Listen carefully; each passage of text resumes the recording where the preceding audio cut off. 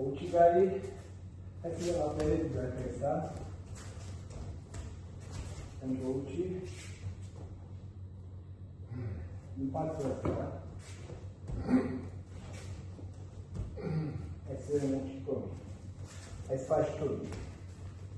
Undeva de departe. Ce? Hai, pun, doi, coborât, subit.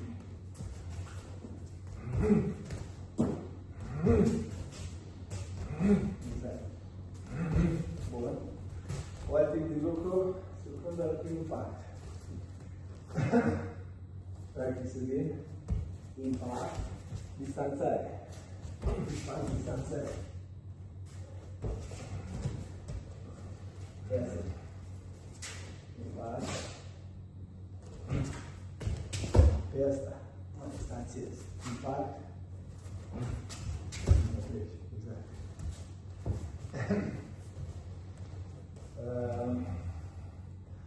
Același, acolo lucrăm pe celelalte. Aici,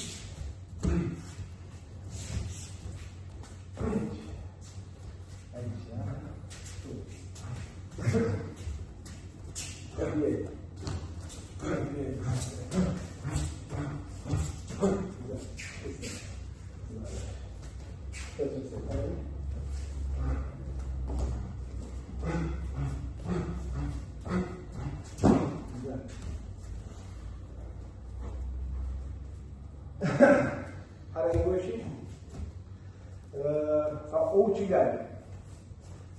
Dacă ne gândim aici, ai făcut distanță, ai schimbat cele. Și aici o uci.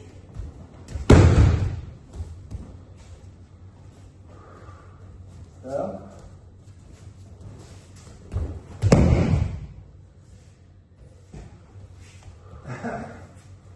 Distanța apropiere, nu? Da.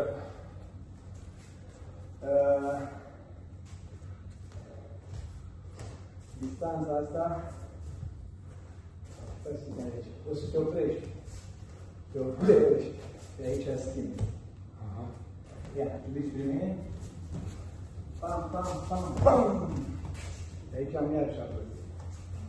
Ia. Iubiți pe mine. O să fac un pas în complet și o să ne colocăm.